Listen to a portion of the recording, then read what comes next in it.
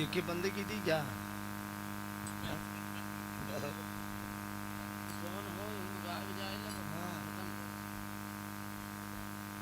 हमका लागत hello hello बस सही चला।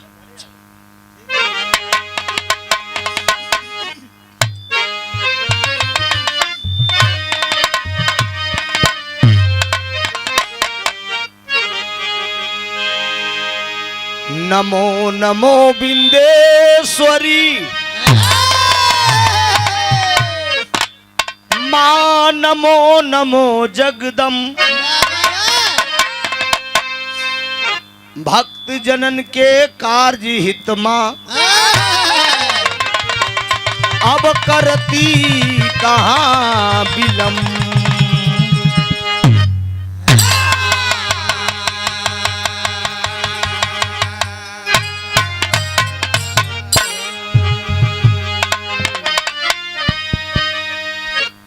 गुरु वशिष्ठ लग जाई के ए भैया राम भय रघुबीर संदीपन लग जाई के अब कृष्ण भय यदुवीर।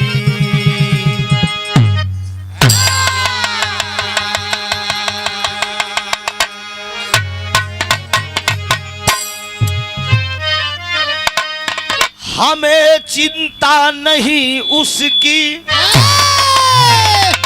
हमें चिंता नहीं उसके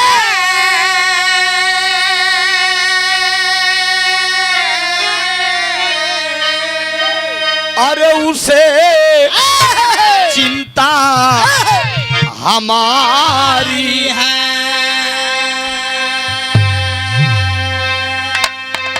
मेरी पतवार का रक्षक अरे सुदर्शन चक्रधारी है।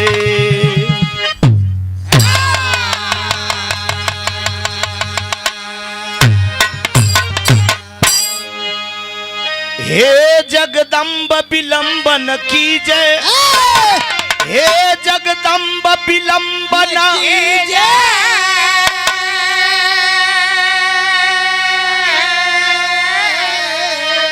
हे माई सुत है कष्ट में दर्शन दीजिए।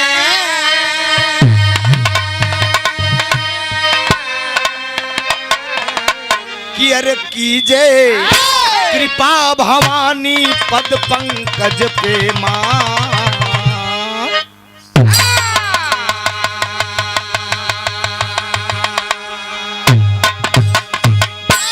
जय कृपा भवानी पद पंकज पे मां।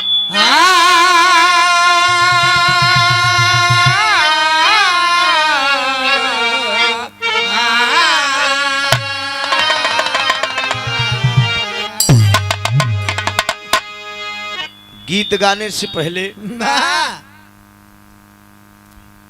आज इस मिट्टी को नमन करता हूं। विद्वानों की धरती, शिक्षकों की धरती, बहादुरों की धरती शेरे जिला जौनपुर को आए हुए हितनाथ इष्ट मित्र अगल बगल इर्द गिर्द से लोक संगीत प्रेमी आज बारात के मौके पे दैजा के अवसर पर यह बिरहा का कार्यक्रम रखा गया दो कलाकारों के बीच में। कार्यक्रम के मलिकार आदरणीय बाबू श्री रामजीत सरोज सोखा जी ये बड़ा पुनीत काम कर रहे हैं। आज बेटी की शादी कर रहे हैं, आखिर में नतनी की शादी कर रहे हैं। अभी बाबूजी के दोनों सुपुत्र से मुलाकात हुई, बोले कि भैया हम लोगों के पास दोनों भाइयों के पास बेटियां नहीं हैं। हम लोगों ने बचपन से भांजी को अपने घर पे रखा और आज ये अवसर आया कि कन्यादान करने का मौका मिला। कितना सराहनीय कार्य है दोस्त, बहुत पुनीत काम है। और इसी मौके पे 2 कलाकारों का कार्यक्रम भी रखे। बाजा वाले भैया तनिक समार के रखा, सीटी कम दे, बस घंटा 1.5 घंटा का जोन बाप सुन ला। बड़ा प्यार स्नेह मिला और मेरे मंच पे आज के मेरे साथी कलाकार बिरहा जगत की परिचय के मोहताज नहीं। जहां तक बिरहा जगत है वहां तक आपका नाम है। बड़ी कम समय में बड़ी खूबसूरत पहचान आपने बनाया, ये भी काबिले तारीफ है। कुमारी सुमित्रा नंदनी जी, आपको और आपकी पूरी टीम को वंदन अभिनंदन है। वंदना की लाइन प्रस्तुत है त्रिभुवन नाथ यादव एंड पार्टी प्रयागराज से।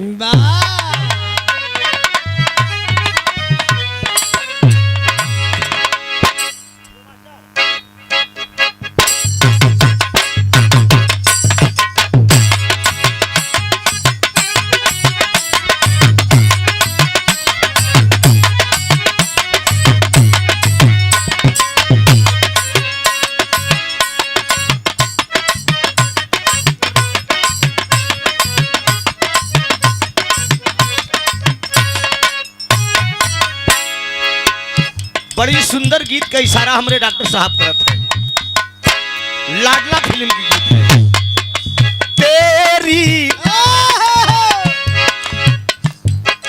तेरी अंगुली पकड़ के चला,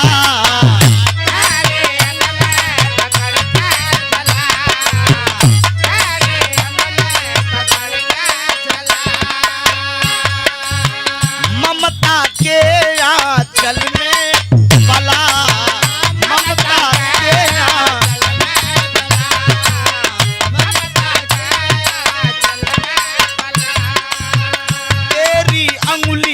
पकड़ के चला, ममता के आंचल में पला।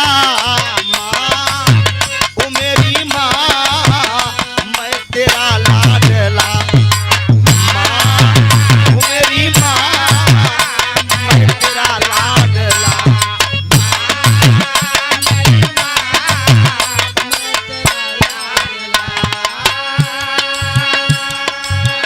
इस धरती पे माँ से बढ़कर किसी का दर्जा नहीं है मित्रों। माँ की ममता अनमोल होती है। बेटा इशारा करता है, तेरे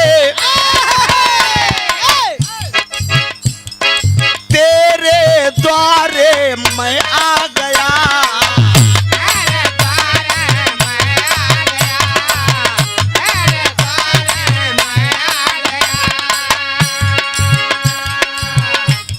सहारा मैं पा गया, तेरा सहारा मैं पा गया, तेरा सहारा मैं पा गया। तेरे द्वारे मैं आ गया, तेरा सहारा मैं पा गया। माँ ओ मेरी माँ, मैं तेरे द्वार आ गया।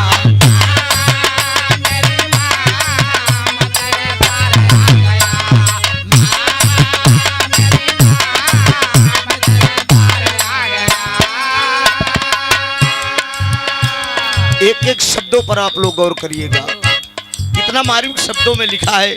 आदरणीय श्याम बहादुर सिंह जी ने, कुंदे भैया की लिखी गीत है ये। ऊंचे शिखर पे बैठी हो माँ तेरा बसेरा,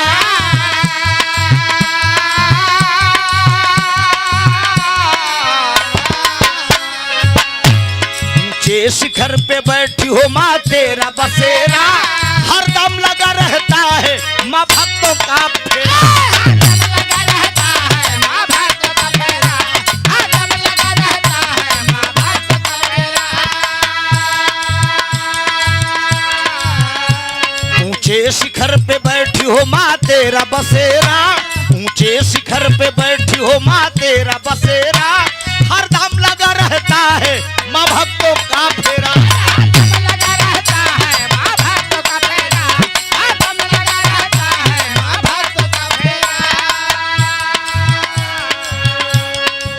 नैया मैया कर दो किनार, नैया मैया कर दो किनार, नैया मैया कर दो किनार।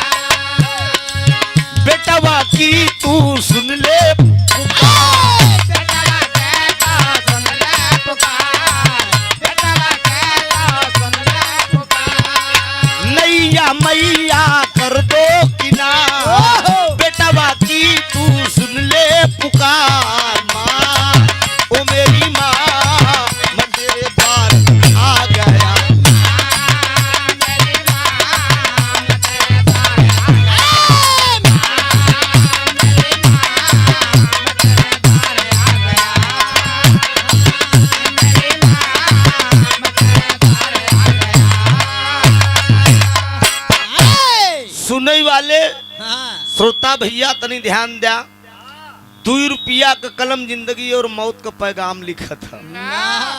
कीमत केवल 2 रुपया होता।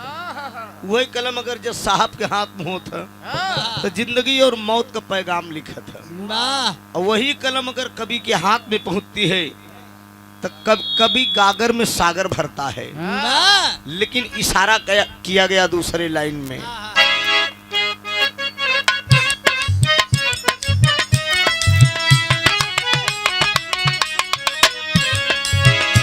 साजी आवाज लाज गुनाहगार बचाओ माँ।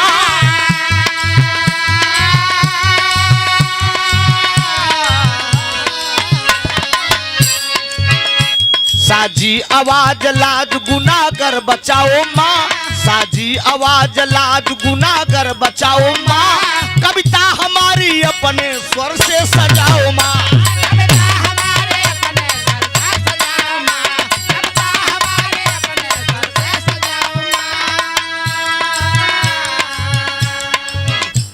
साजी आवाज लाज गुनाहगार बचाओ। साजी आवाज लाज गुनाहगार बचाओ माँ। कविता हमारी अपने स्वर से सजाओ माँ।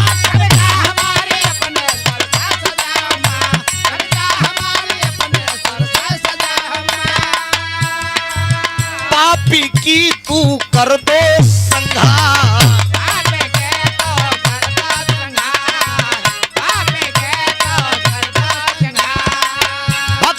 अपनी सुन ले पुकार।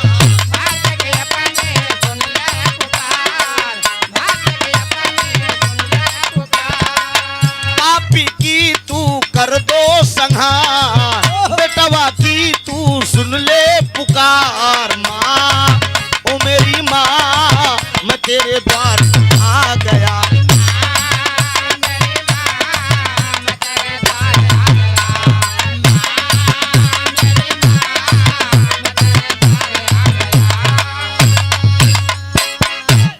आखिरी लाइन का भाव बा, लड़का कौने खानदान से बा, किस गुरु घराने से मैंने गीत संगीत गाने का शौक रखा और कहां से 2 शब्द बोलने का मौका आप लोगों के बीच में मिला। कौने फुलवारी का हम फूल है, इशारा किया गया।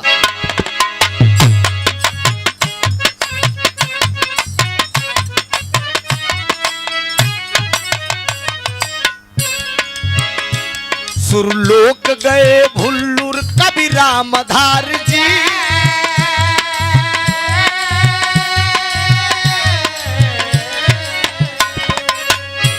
सुरलोक गए हैदर कवि रामधार जी। सुरलोक गए हैदर कवि रामधार जी। साधक वो है मैया अनिल कुमार जी।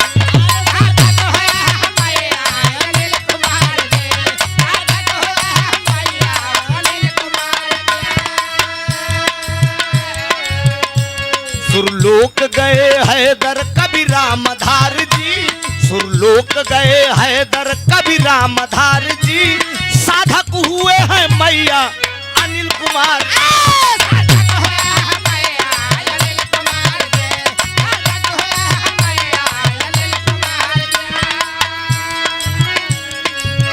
टीएन की माँ सुन ले पुकार।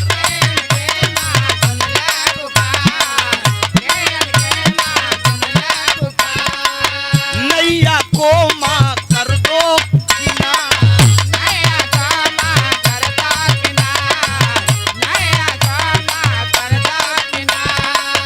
टीएन की माँ सुन लो पुकार। भक्त की नैया कर दो किनार। माँ ओ मेरी माँ मैं तेरे द्वार आ गया।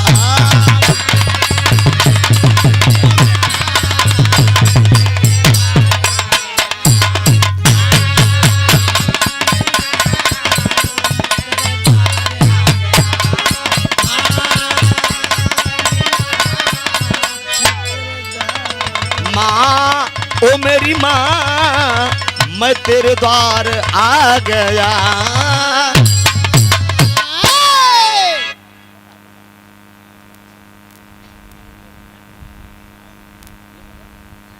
पुष्पों की पंखुरी, ए भैया थोड़ा से बढ़ा दा, पुष्पों की पंखुरियों में गुथा हुआ प्यार दुलार, और साथ में ये 501 रुपए से सम्मान किया गया परम पूजनीय आप बाबू श्री रामजीत सोखा जी, जिनकी नतनी की आज शादी है।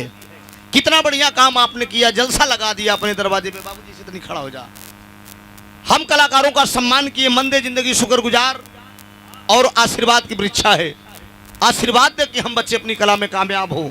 और ये सुंदर पुष्पहार और साथ आदरणीय बाबू रंकट राम यादव जी,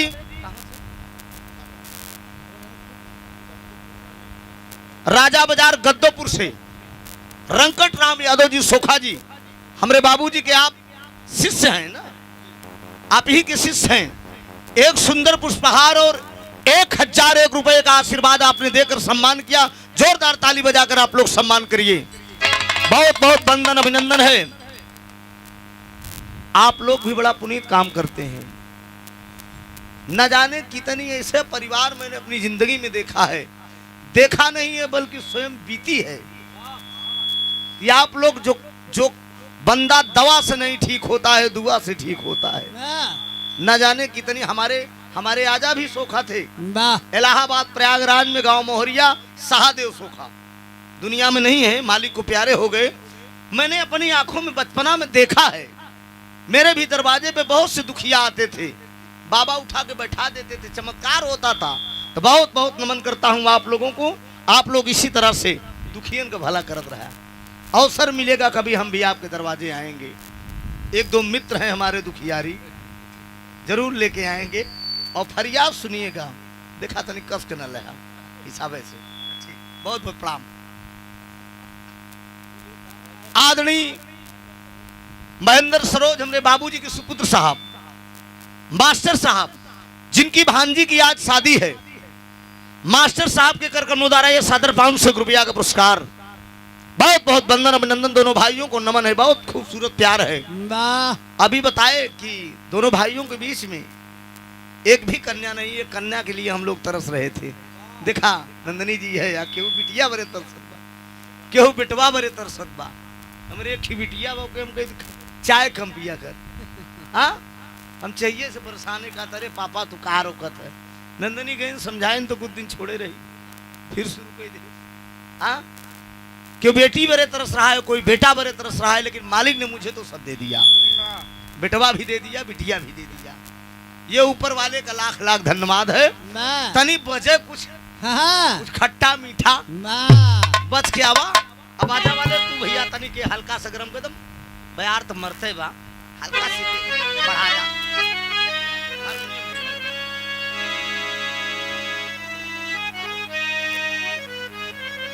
श्याम नारायण बिंद, अध्यापक प्रबंधक, समाजवादी पार्टी के आप बड़े जुझारू सक्रिय कार्यकर्ता हैं। आप माननीय महोदय जी की तरफ से यह सादर 500 रुपए का आशीर्वाद आया है। बहुत बहुत वंदन। सकल पंच को मेरा नमन है। आशीर्वाद देंगे कि हम बच्चे अपनी कला में कामयाब हो। तनी बजे सुना, न ज्यादा नहीं रहा है न ज्यादा पुराने रहा है, खाली 20 से काम बनावा।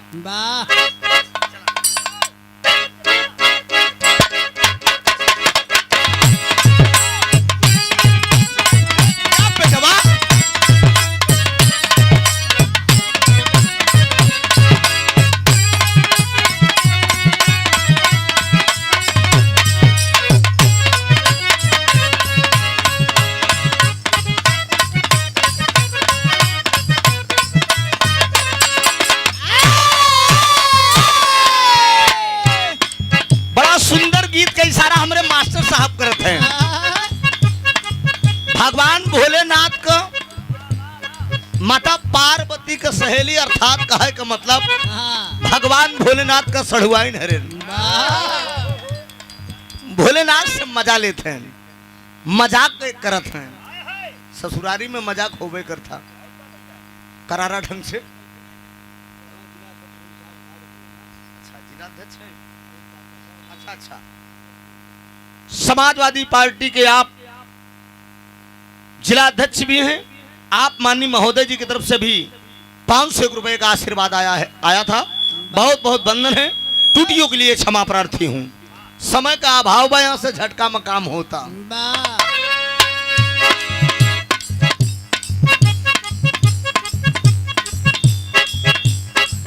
इशारा हो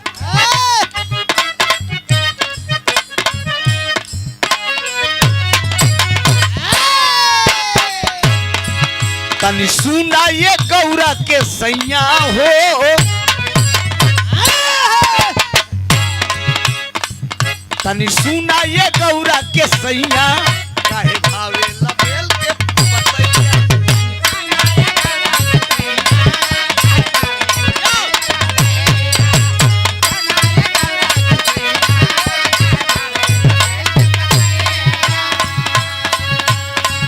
तनी सुना ये गौरा के सैया काहे भावे लबेल के पतैया।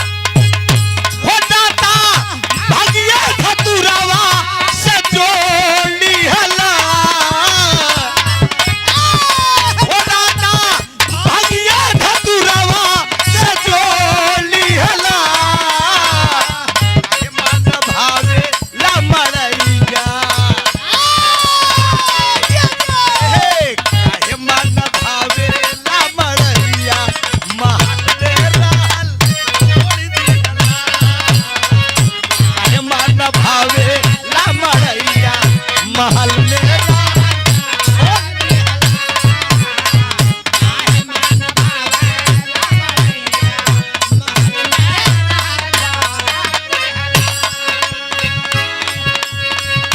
पिस पिस भंगिया हमरो,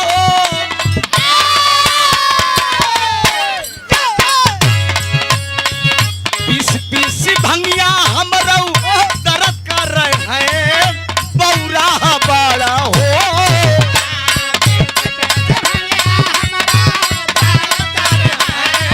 बौरा बड़ा हो।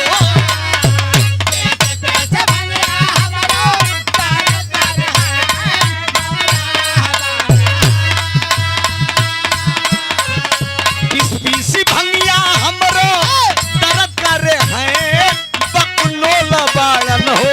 सखिया हमरो हंसबे बकनोल हो।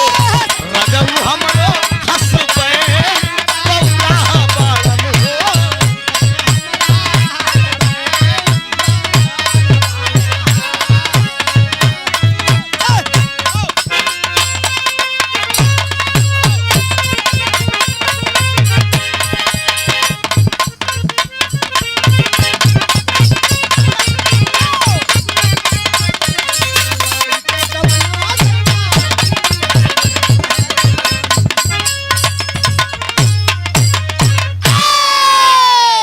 अरे जिया मेरे लाल। पुनः दोबारा फिर आदरणीय महेंद्र मास्टर साहब जिनके दरवाजे पे ये कार्यक्रम हो रहा है, जिनकी भांजी की शादी है। अभी अभी पता चला है 2 भाइयों के बीच में 7 सिस्टर हैं, लेकिन एक सिस्टर की बेटी की आज आप कन्यादान कर रहे हैं, जो कि बचपन से आप लोगों ने अपने दरवाजे पर रखा था। बहुत पुनीत कार्य है दोस्त। रक्तदान, मतदान, कन्यादान, एक बेटी की शादी अगर आप कर दीजिए, इससे बड़ा कोई दान नहीं होता है। अक्सर भी रहा नंदनी जी, हम लोगों के लड़का पक्ष से रहा था, लेकिन ये भी सौभाग्य है कि कन्या पक्ष से हम लोग दोनों कलाकार आए हैं कार्यक्रम गाने। ये भी खुशी की बात है। सादर 500 रुपया दोबारा आया है। पुनः बहुत बहुत धन्यवाद है आपको। और दोनों कलाकार 3 बजे हम लोग आ गए तो बोले, हमने कहा प्रोग्राम शुरू करा दीजिए। कहने 1 घंटा अगर गाए दे तब पूरा सफल है। हमने कहा वाह। कहना आप आराम करिए, दोनों कलाकार 1 घंटा गा दीजिएगा, इससे बड़ा और कुछ नहीं। आप लोग आ गए। मेरी शौक थी कि आप लोग मेरे दरवाजे पर नंदनी जी और त्रिभुवन जी आइए। बहुत बहुत धन्यवाद। बड़ा खूबसूरत आपने भाव सुना नंदनी जी की तरफ से। राम जी की चर्चा, राम जी दुल्हा बने, दुल्हा बने तो सर्वा बड़ा सौभाग्य। सेहरा भी मौर भी बड़े भाग से नानू भाई बना था। हाँ आजकल तो जमन जमन कांड हो जाते, देखिए मुस्कान कांड कर दिया, गरमोई में काट के 15 टुकड़ा कोई तो मर्दवा के भर दे। अब बेरौगो वो तो साली चुनिया हवा के बेरा है। कंचोत बकुली बकचोत गड़ही साला कहावत कही है कि दिल लगा है गधी से तो परी क्या चीज है। रिंदे के नजर में मैं खाना काबे के बराबर होता है। नया कांड तब ले चुनिया हवा के खत्म नहीं बा, वो करे बाद एक कांड आएगी जो सांस लेके दमादन के फुर रहेगी। ताजा का भा नाती पोते के साथ दादी फरार, दुनिया में क्या होने वाला है। कह के गए सिया रामचंद्र से ऐसा कलयुग आएगा, हंस चुनेगा दाना तिनका कौवा मोती खाएगा। अब बात बात पे मात पिता पे बेटा हाथ उठाएगा। ये जमाना है। अपना औलाद अगर तनी के गरम मिजाज में बाप बोल दे ना तो चाचा अगर बोल दे होश में बोला बाहर कमाई ना उनका तो सदबे नहीं कर, अपने पापा अपने बाप को जगह खात बाहर हम सेटअप। ये जमाना है, यही जमाना है। कहीं पोता के लेके फरार होती है। बतावा 16 अप्रैल की बारात आने वाली थी, बेटी कुंवारी रह गई, मतारी मजा ले ली। हाँ सोचा क्या क्या जमाना लग गया है। हाँ आपको डर लागत सरवान। हाँ एक ठिकाना आए रहा न तका समान चाहिए, सुना अगुआ महान तो समझिए जवान चाहिए। हाँ? जवान चाहिए। हम जय समझिन हेरो सब जिक्र दांत जवान का कर बेचारी मिली है बुढ़िए और हमारे वाली के देखे के चक्कर परेशान है। हाँ भाई अरे धन हो नानू भाई वाली है। समय है समय पे अरे 12 छीमी हिल ले, अरे 14 छीमी हम दिखाई यार। अच्छा आइए एक प्रसंग छोटा सा भाव मिलेगा, पुरुषोत्तम मर्यादा राम की ही चर्चा मिलेगी। भूमिका का लाइन तो नहीं ताप के दया।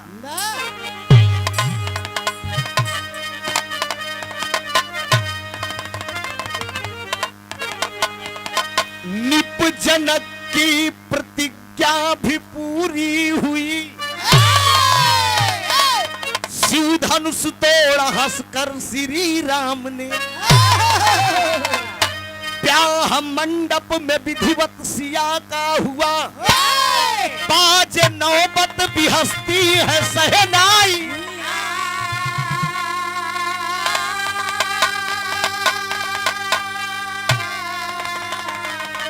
अरे रो रो सखिया के अखियां के पखियां कहे, अब सताए कि हमको भी तन्हाइयां।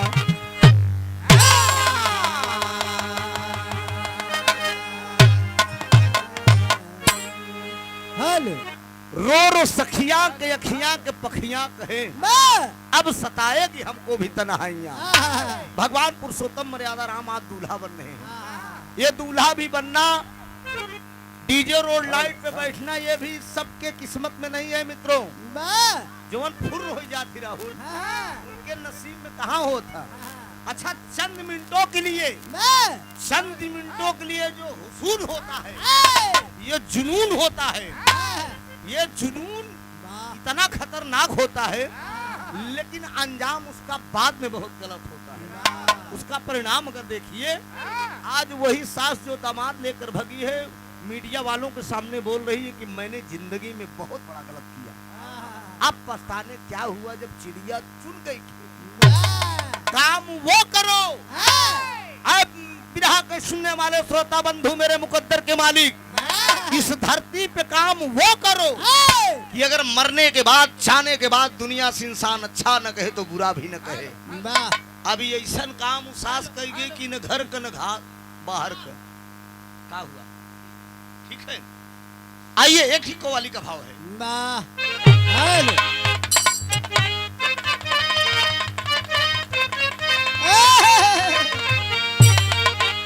अरे तसल्ली इस तरह अक्सर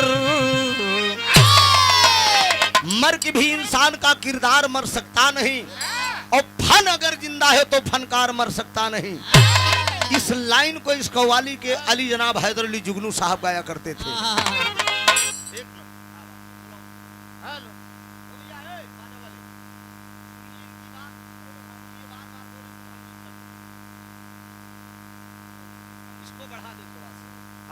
अच्छा लीड लाए हो ना, बदल दो, लीड ये उठा के बदल दो, चलो बदल दो भैया। बहुत अच्छा आदमी है तू, अच्छा सिस्टम भी आपको। हेलो चलिए। अरे तसल्ली इस तरह अक्सर मैं सुबह हो शाम लेता हूँ, तसल्ली इस तरह अक्सर मैं सुबह हो शाम लेता हूँ, क्या बटवा राहुल।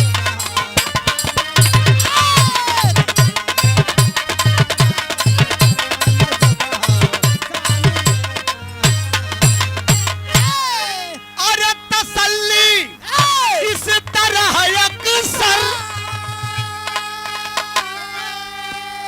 मैं सुबह शाम लेता हूँ, मैं सुबह शाम लेता हूँ, मदीना मदीना याद आता है, मदीना याद आता है तो दिल को थाम लेता हूँ, मदीना याद आता है तो दिल को थाम लेता हूँ।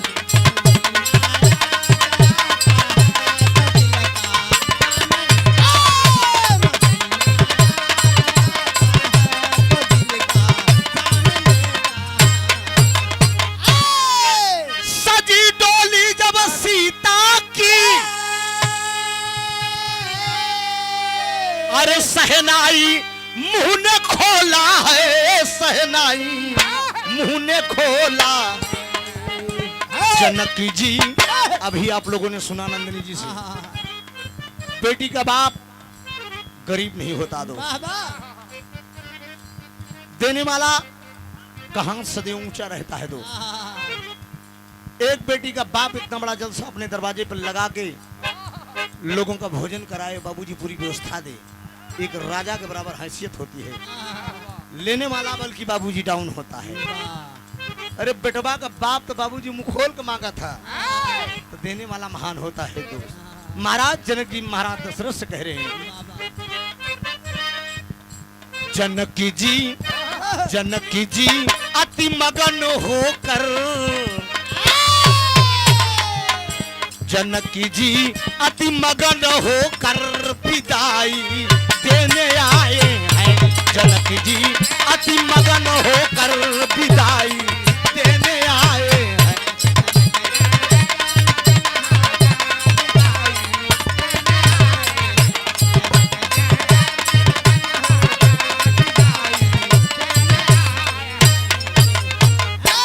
अरे बाप रे बाप, भगवान पुरुषोत्तम मर्यादा राम दूल्हा बन रहे हैं दोस्त। आई सपना रहन महाराज जनक जी का सपना था बाबूजी। एक बार जनक नंदनी सीता जी छोटी सी उम्र में, बाजा वाले भैया तने के पातर कही दिया, बेस भैया मोर हमार करेजा तने के पातर कही दिया, बहुत बढ़िया है तू, बड़ा खूबसूरत। हेलो हेलो हेलो, कितना इंटरवल करा निकाल कैसे मिलाएंगे। ध्यान दीजिएगा, सीता जी के बचपन की बात है। छोटी सी उम्र में अपने पिता के आंगन में बाबूजी बेटियां बाप माँ बाप के दुलारे होती है। अपने आंगन में बाबूजी किलकारी मारत हैं। अरे छोटी सी उम्र बाबूजी आंगन साफ कर रही हैं। साफ करते करते भगवान शिव को जो धनुष रखा था उस धनुष के करीब तक सीता जी पहुंच गई। और जब सीता जी धनुष के करीब तक पहुंच गई बाबूजी तो प्रमाण मिला कि एक हाथ से धनुष को उठाए लेन। और जब एक हाथ से धनुष को उठाए लेन और दूसरे हाथ से बाबूजी जगह कर साफ कर रही हैं। इतने में महाराज जनक पहुंचे और चकित हो गए। अरे ये मेरी बेटी छोटी सी कन्या एक हाथ से धनुष को उठाई है और दूसरे हाथ से साफ कर रही है। इसके मतलब ये कोई साधारण कन्या मेरी मेरी कुल में नहीं जन्मी है। ये मेरी बेटी कोई साधारण नहीं, जरूर किसी आदि शक्ति का अवतार मेरे दरवाजे पे हो गया। बाबूजी महाराज जनक की प्रतिज्ञा कर लिए, प्रतिज्ञा कर लिए कि इसका पति ऐसा होना चाहिए जो बहादुर इस शिव के धनुष को खंडन कर देगा, वही मेरी बेटी की योग्य होगा। स्वयंवर की तैयारी कर दी है। बड़े बड़े बहादुर योद्धा स्वयंवर में आए। भगवान राम और लक्ष्मण दोनों जने गुरु विश्वामित्र के साथ उस धनुष यज्ञ में पधारे।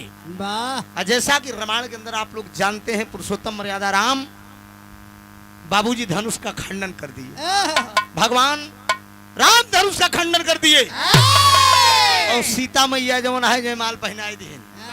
अब बाबूजी विवाह की बात आ गई। महाराज जनक जी एक सुंदर पत्र लिखवा के अयोध्या भेज दिए और तैयारी बनाए दे बाबूजी।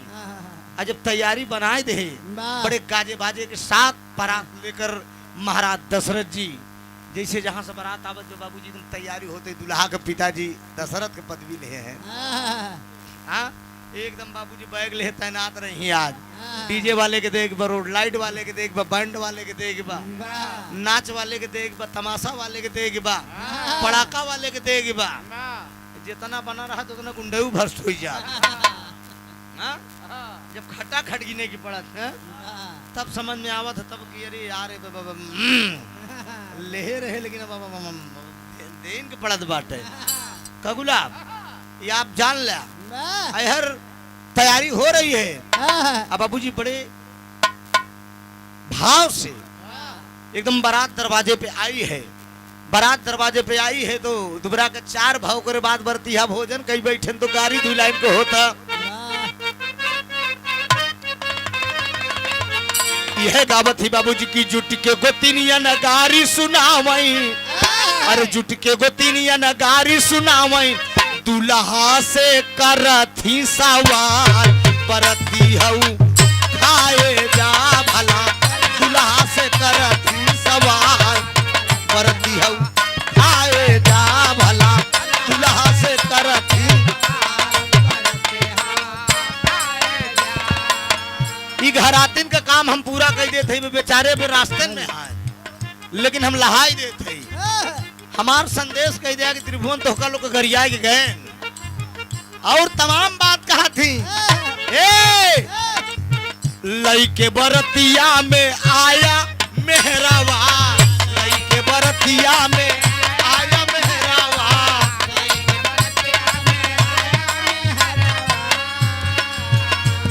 अरे छोड़ा कचौड़ी तनी देखा चेहरावा, छोड़ा कचौड़ी तनी देखा चेहरावा।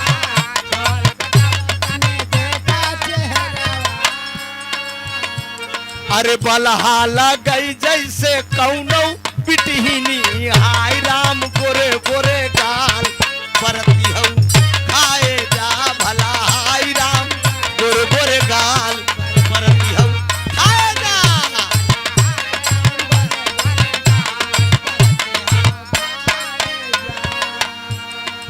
जौनपुर को माँ बहन लोग गावत यही जिला का बाबूजी। बोला बोला ए बोला बोला दुल्हाऊ का खैबा। बोला बोला बोला बोला परती हऊ का खैबा। बोला बोला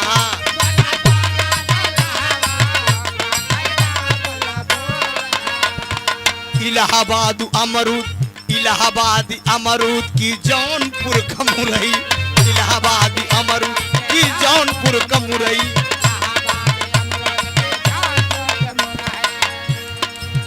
यह बनारस कयाम लंगड़ा खैब्या।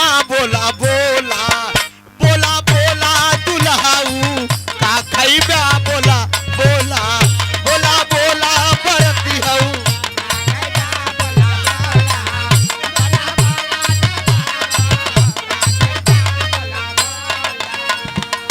क्या मजाक करती है और क्या गाली देती है दोस्त।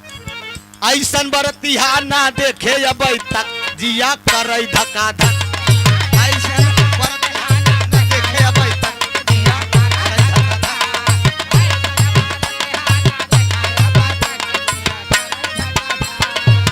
भांति भांति के अरे भांति के आइलन बराती।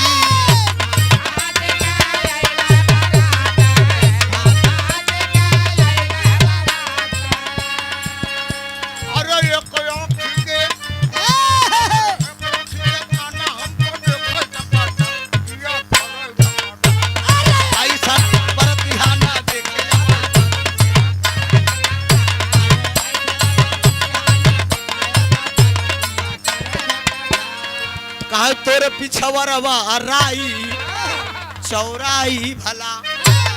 अब बेटवा राहुल जब तू दुल्हा बन के जा बता कर यही कहे चौराई खोटा लिखे राहुल के अम्मा।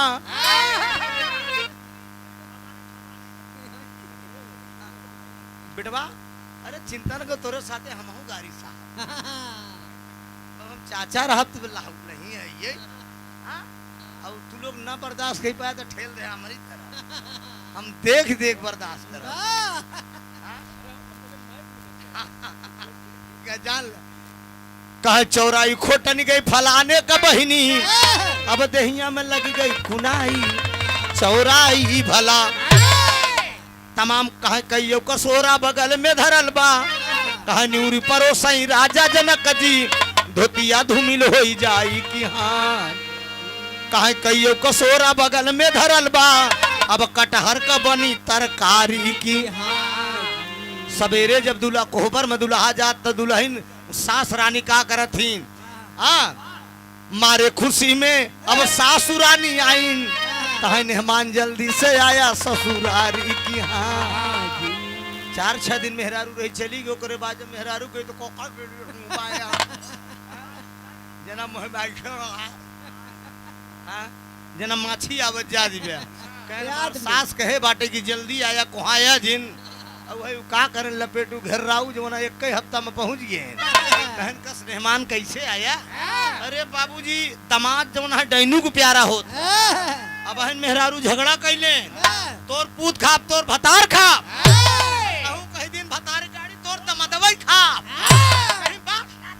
नानी तोरे चुनाई के बार बिल ले अगर दमादे बगऊ तो एका जाने लहू। दामाद दामाद डैनू को प्यारा होता है। मेहरारू एक समय बिगड़ जाए कि तू काहे आया है। लेकिन सास कही बिट्टी कतई मेहमान को कुछ जिन कहे बहुत बढ़िया मेहमान तू चलाया दामाद हमार सही मिला। देख ले कम मेहमान लगे फरार हो गए। मेरे दोस्त तमाम गीत गौनई गारी हो गया। लेकिन बाबूजी इधर माता सीता और भगवान राम का विवाह संपन्न हुआ। दोस्त जब विवाह संपन्न हुआ तो महाराज जनक जी भीगी पलकों से महाराज दशरथ की विदाई कर रहे हैं। दोस्त जब विदाई हो तो बाबूजी दुल्हन जनकपुर से जब अवधपुर पहुंचती है तो तर्ज का लाइन बा। अरे मैया मोह से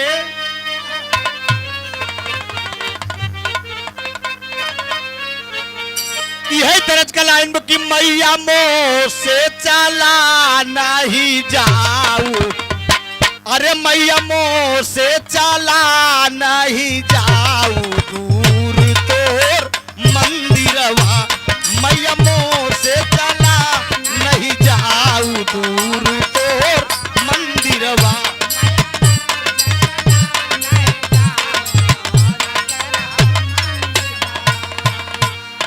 सब ही दुआरे मंगल चार अयोध्या में भीड़ जुटी। गाँव सब ही दुआरे मंगल चार।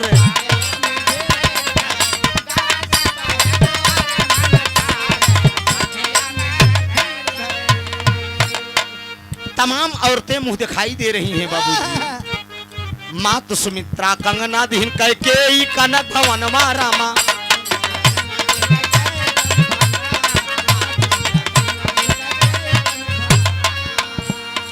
माता सुमित्रा कंगना दे रही हैं। दोस्त कैकेयी कनक भवन दे दिया बाबूजी माता सीता को। राजा दशरथ जी आराम से बेटा। राजा दशरथ जी दिए मनिहार अयोध्या में भीड़ जुटी। राजा दशरथ जी दिए मनिहार अयोध्या में भीड़ जुटी।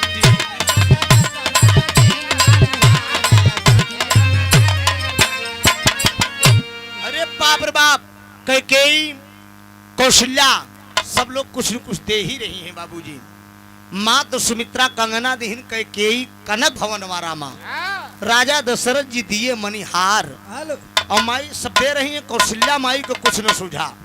कौशल्या माई अपने मन में सोचते हैं कि भगवान हम का मुंह दिखाई में दें। भगवान राम उसी रास्ते से गुजर गए। और जब भगवान राम गुजर गए बाबूजी तो राम का इशारा करके बोला, ए बेटा ए राम हियावा।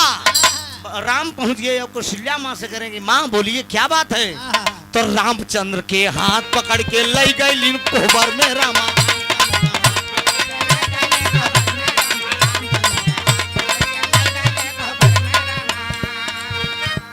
रामचंद्र के हाथ पकड़ के ले गई कोहबर में रामा।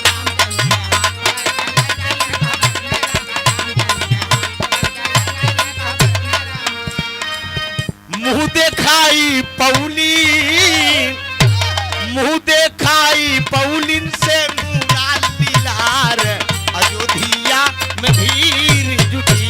मुंह देखाई पौलिन से मुरा लीलार, अयोध्या में भीड़ जुटी।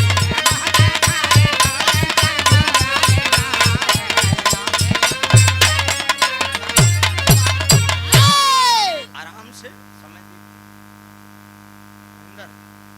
आदरणीय महेंद्र मास्टर साहब जिनके दरवाजे पे ये कार्यक्रम हो रहा है, पुनः फिर सादर 501 रुपया आया है। बहुत बहुत वंदन है, अभिनंदन है बाबूजी।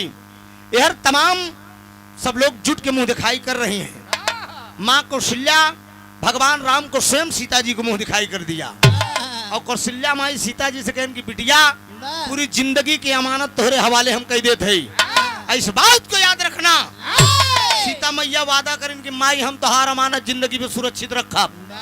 वादा कर लिया, लेकिन दिन तो बीत गया बाबूजी। जब शाम का वक्त आया दोस्त, भगवान राम रीत रिवाज के मुताबिक चितसारी में प्रवेश कर रहे हैं। जिंदगी में तीन ही रात इंसान की जिंदगी में आवत है, आशीष का जान ले है। एक जब माँ के उदर से बच्चा पैदा होता है, सबसे खूबसूरत रात होती है दोस्त। और दूसरी रात जब दो दिलों का मेल होता है, इतनी अच्छी बात होता कि क्या बताए कि अच्छी अच्छी बतिया में पूरी रात इंसान सो ही नहीं कर। अभी सब हमारे सब ऊपर बीत बा, अब वो अलग बात बा। कंचोत बकुली बकचोत गड़ा ही काम हो, समझा बाबूजी? ये आप समझा?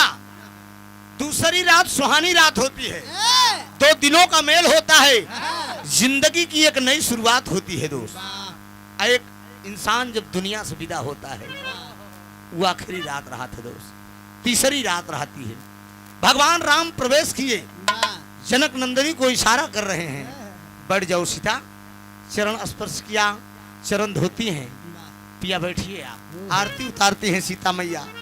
इतने में भगवान राम कहते कि सिया घूंघट खोलो, जानकी घूंघट खोलो। भगवान राम से सीता मैया कहा कि ना ना ना ना, ये घूंघट ऐसे थोड़ी क्यों खुल जाई। कहा बोलो क्या कहना चाहते हो, तर्ज बा डॉक्टर।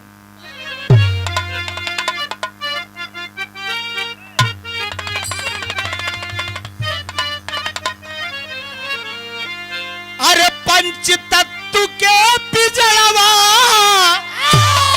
अरे हाय महान बाबुआ,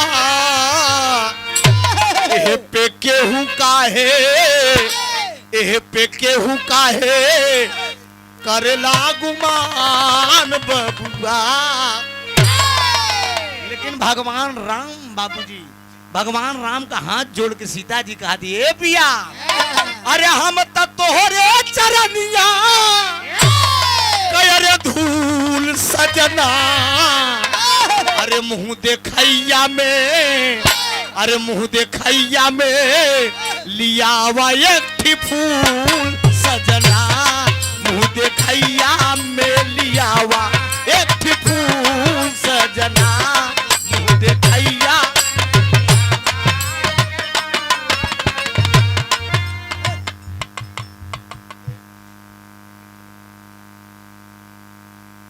सौम्या रोली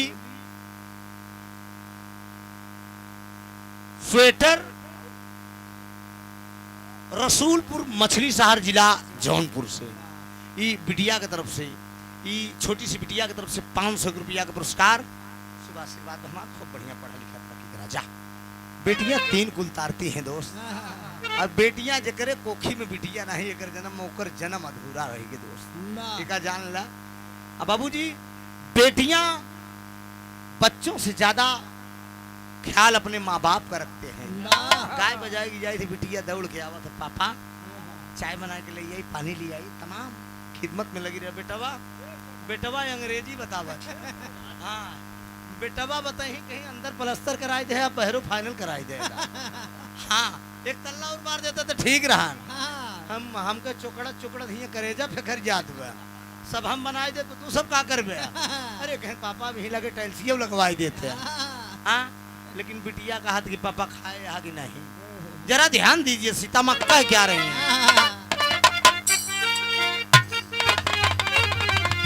अरे हम तोहरे चरनिया के अरे धूल सजना, अरे मुँह देखैया में, अरे मुँह देखैया में लियावा एक थी फूल सजना, मुँह देखैया में लियावा एक थी फूल सजना।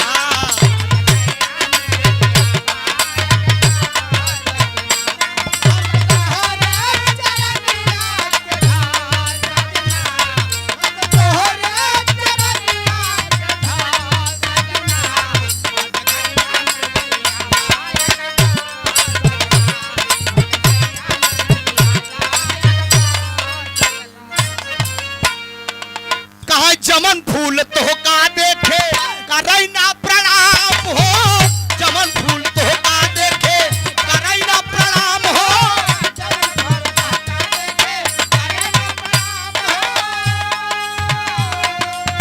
उहई फूल बगिया से ली यावा सुख धाम हो, उहई फूल बगिया से ली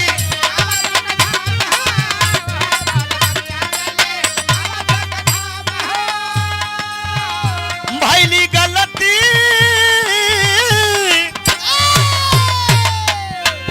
भैली गलती जवान की है, अरे माफ सजना, अरे मुँह देखैया में, अरे मुँह देखैया में लियावा एक फूल सजना, मुँह देखैया में लियावा एक फूल सजना।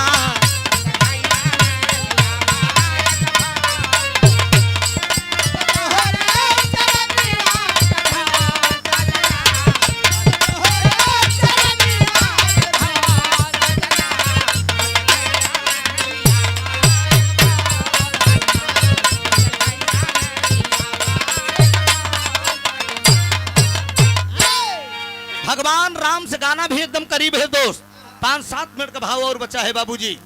भगवान राम चूंकि बारात भी आ चुकी है, अब उधर से खिदमत में लोग लगेंगे और लमसम आवा आवा आवा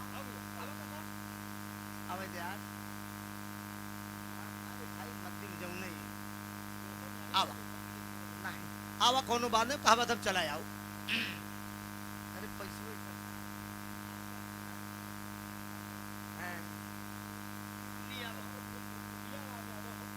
सियाराम यादव, अरे हम चिन्हत थे तो का, हाँ हाँ जान थे, जय हो जय हो।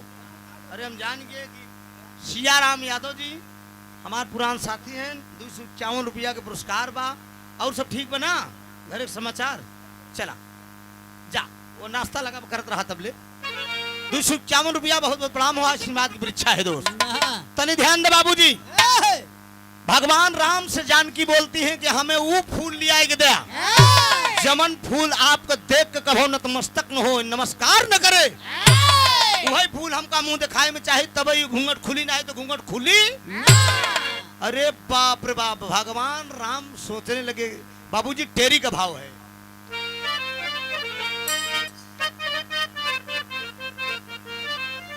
अरे मोरे राम, अरे सिया जी मुंह दिखाई मंगलिन, अरे तयले चित्सारी में जब की राघुराई, सिया जी मुंह दिखाई मंगलिन।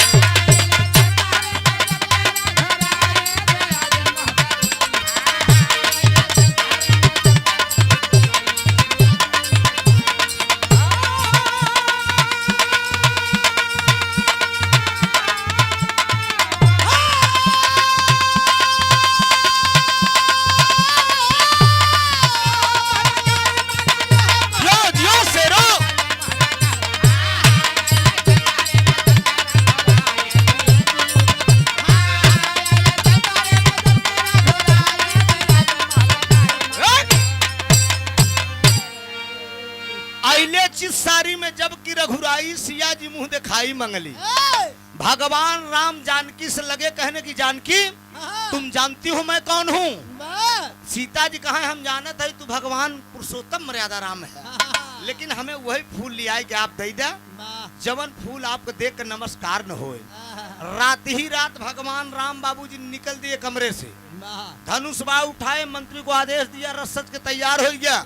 और जब रथ पे बैठे लागे, कमरा से निकले लागे, भगवान राम बगन में लक्ष्मण छिप के देखत है कि भौजी कौनो लगहर बात कही दीन का जौन भैया निकल दे। हाँ राहुल कामो नहीं, सुहाग रात नहीं मनाए और चली देन बात का हटे। बाबूजी लक्ष्मण अपने मन में सोच रहे हैं। इतने में धनुष बाण लेकर रथ पर विराजमान हो गए। पुष्प के बगीचे में चलना है।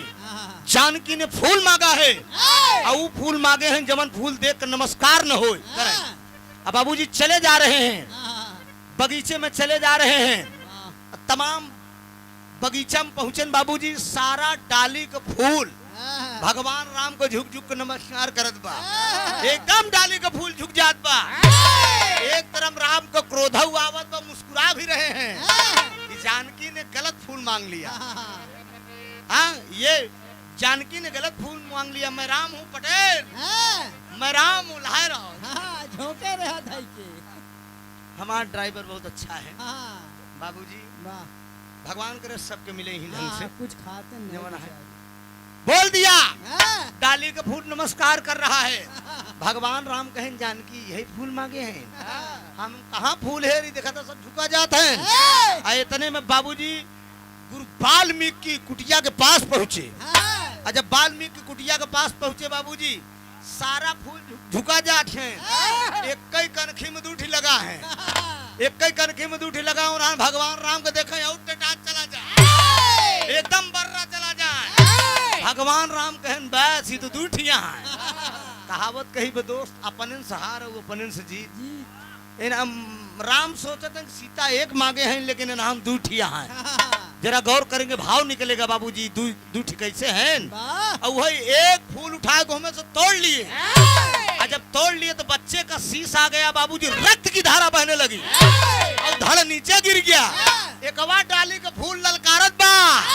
अब बाबूजी भगवान राम का चैलेंज दे, बहादुर कहाँ से आए हो श्रीमान जी, बेमौत मारे जाओगे, मेरे भाई का वध कर दिए हो। तो भगवान राम कहते कि तर्ज बहुत छोटा है, तर्ज कलान की छोटा सा नजराना, पिया लौट के अब लाना, पिया याद रखोगे या भूल जाओगे। लेकिन भगवान राम कहते हैं कि ए बेटा, अरे बच्चे हो या भी कल के कच्चे हो तुम,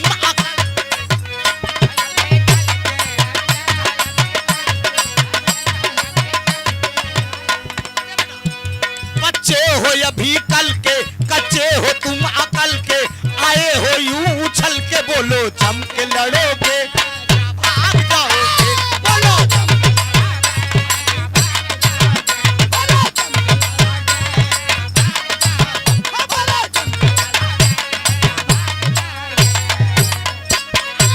लेकिन उन डाली का फूल कहा दो के कहा पता कि ये राम है।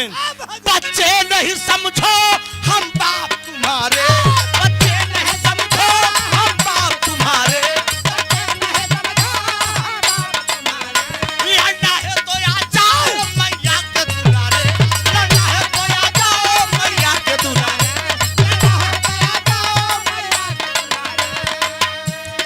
रनवा में मैं तो अकेला, रनवा में मैं तो अकेला, अरे मैया के गोदी में खेला।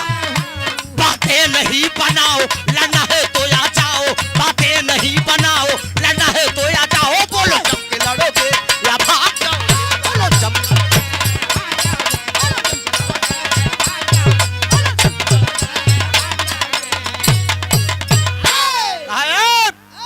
बेमौत मारे जाओगे। कहा श्रीमान जी हमारे गुरु के आवे दे, हम बच्चा नहीं है, खाली में देखाइन में हम, हाँ लेकिन अधिक मजा दे दी हमारे गुरु जी के आवे दे तो हम बताई थी तो हार सारा कर्म कही दे। श्रीमान जी भगवान राम अपने मन में सोच रहे हैं कि बताइए ये डाली का फूल, ये डाली का फूल इसकी इतनी हिम्मत कि मुझे ललकार रहा है। मैं राम हूँ, मैं राम हूँ, इसे पता नहीं मैं अयोध्या का राम हूँ, लेकिन डाली के फूल की इतनी हिम्मत कि हमें चैलेंज कर रहा है और ये मुझे कह रहा है कि मेरे गुरुजी को आने दो। हमारे गुरुजी की आवाज हम बताई थी। जलाल प्रधान जी मधुपुर की धरती से ही 101 रुपया का पुरस्कार। बहुत बहुत प्रणाम, सब भाई के नमन, आशीर्वाद की परीक्षा है। गाना भी करीब है दोस्त, ध्यान देंगे आप सब।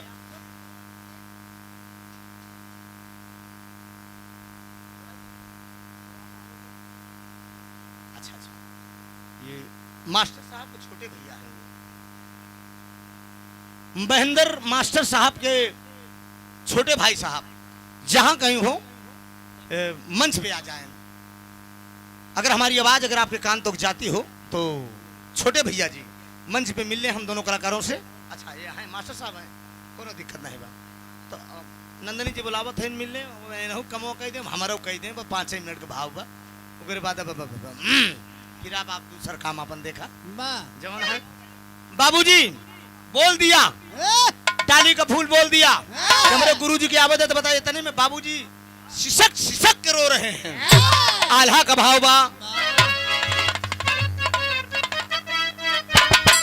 अरे रथिया पे चढ़ के प्रभु, अरे रथिया पे चढ़ के राम, अरे कारले रूदा नवाय भैया, रथिया पे चढ़ के राम।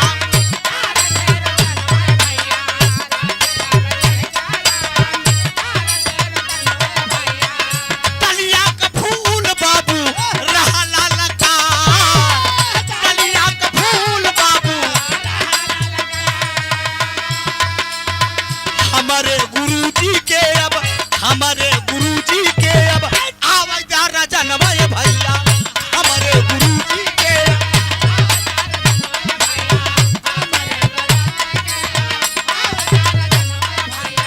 तब ले ले बदलाया बा सुना श्रीमान,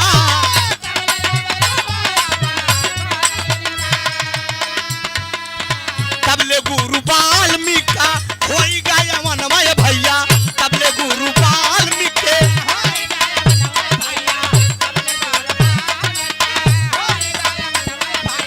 राम देखी रोवै लागे सुना श्रीमान।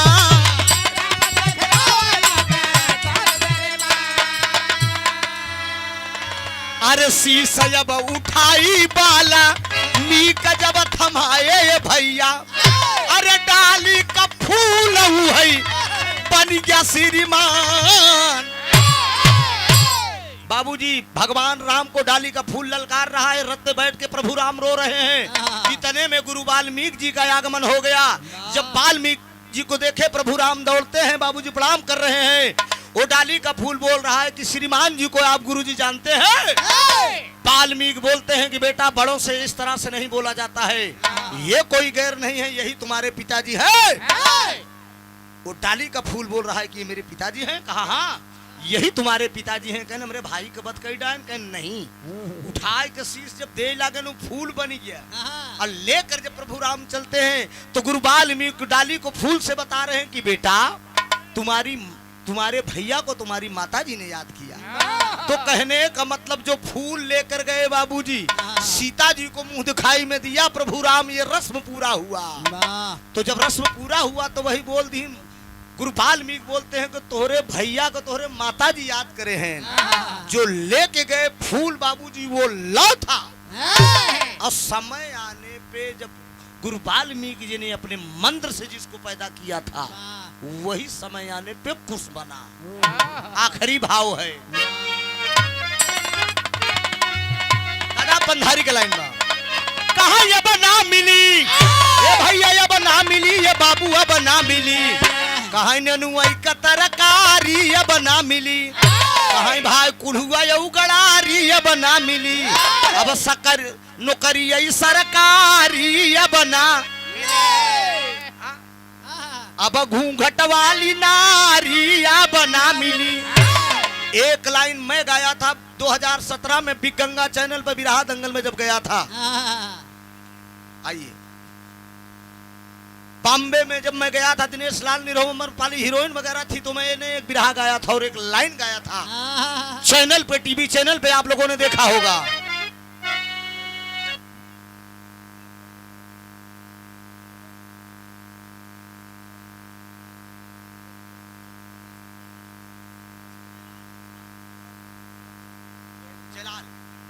जलाल सरोज प्रधान, मधुपुर जलालपुर ना, मधुपुर जलालपुर के धरती से माननीय प्रधान जी के कर कमलों द्वारा यह सादर सुजानगंज जयलाल प्रधान मधुपुर के धरती से माननीय प्रधान जी के कर कमलों द्वारा ये 101 रुपए का पुरस्कार आया है। बहुत बहुत वंदन है, अभिनंदन है, टूटियों के लिए क्षमा प्रार्थी हूं। एकदम नया संगमय हो जाता। आप सुना कह लेके नया लगा गया ये या लग कहा ये बना मिली, ये भैया ये बना मिली, ये बाबू ये बना मिली। अरे तजे कर मर गई महातारी बना मिली, एकदम नहीं है।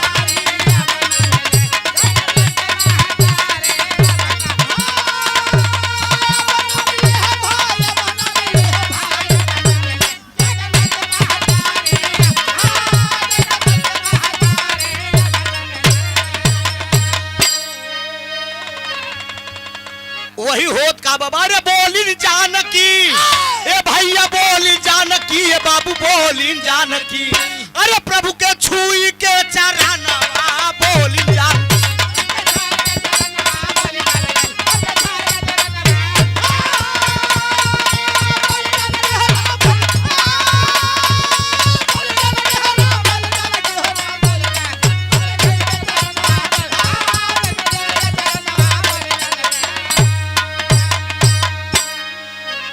लव और कुछ का दोनों बेटवन का बात दिए बतलाई। अरे सभा बीच में गा करके मुंह दिखाई दिए सुनाई, बाबू बोलिन जानकी। अरे तब पूरा भाई ले यारा मानवा बोलिन जानकी।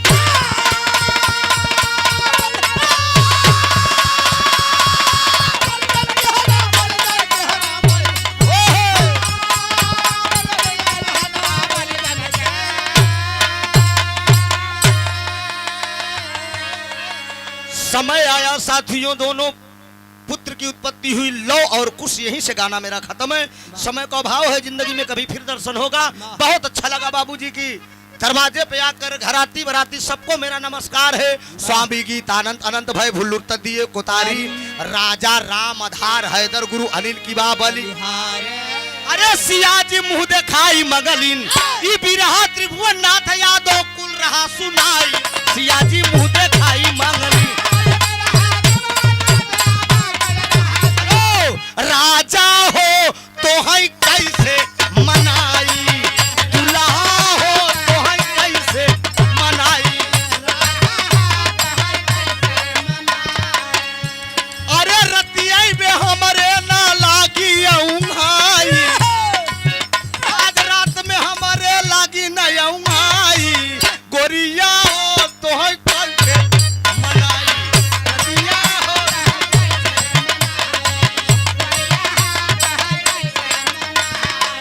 बीतल वाले पनवा जब जवानी, बीतल वाले पनवा।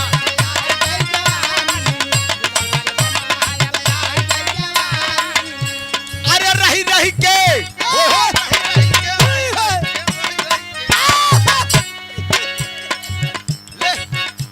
अरे रही रही के दुल्हा हो तो है कैसे मनाई।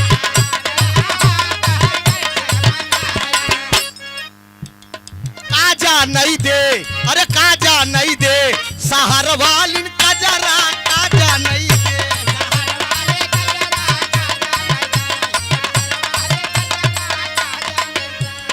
आन के बलम वही का पेड़ा मिठाई।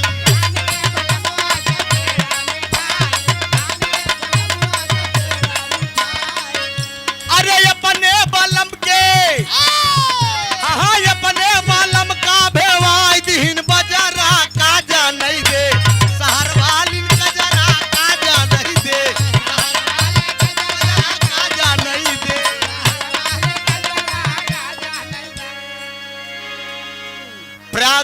स्टूडियो के मालिक और प्रयाग गंगा चैनल जो आप लोग यूट्यूब पे देखते हैं उसके डायरेक्टर हैं आशीष यादव जी कुंडा प्रतापगढ़ से। अक्सर इनके चैनल पे हमारा और सुमित्रा नंदनी जी का बिरहा लेटेस्ट करंट मैटर सुनने का काम आप लोग करते हैं। लगातार निरंतर हम लोग गाते हैं। आजकल नहु कुछ मकरियाए लागे, कुछ लंबी नोट के चक्कर में चैनल पर ध्यान कम देते हैं। आप ठेकेदार ये समय मालिक का देन कम से कम 20 ठीक दारू को ठीका इनके पास। चलो ठीक बा, भगवान करे 40 ठीका हो। एक साधे सब सधे, सब साधे सधी जाए। आशीष यादव जी बड़ा प्यार दुलार है। करीब 3 महीना के बाद तो बेचारू से भेंट भई। हाँ, बहुत बहुत प्रणाम हो। आशीर्वाद की परीक्षा है, आशीर्वाद दे आप जरूर अपने काम में सफल होंगे। कहयान के बलम वही के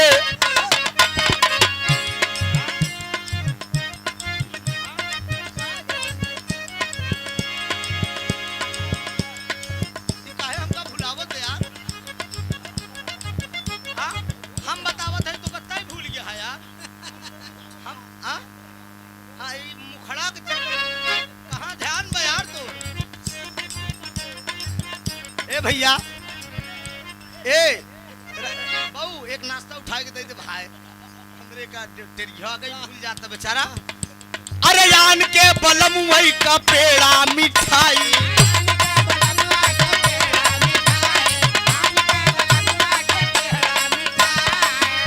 अरे अपने बलम के हाँ अपने बलम का भेवाई दिन बजारा का जाने दे।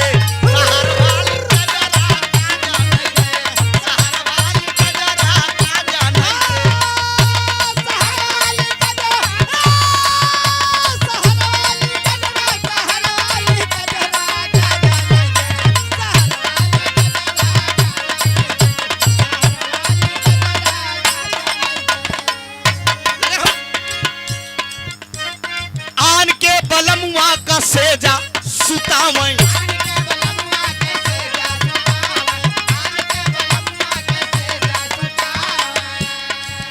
अरे यान के बलमुआ का सेजा सुतावई, अरे अपने बलम के, अरे अपने बलम के, अरे अपने बलम का देखो जे नखरा का जाने